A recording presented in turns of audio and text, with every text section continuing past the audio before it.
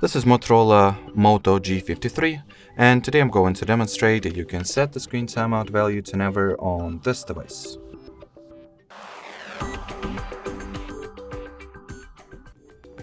So to start, we will need to download and install the free app that is called Caffeine.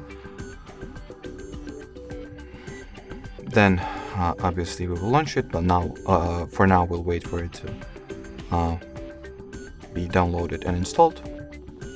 And then once at your phone and all installed and stuff, just make sure that the timeout section has been set to be infinite.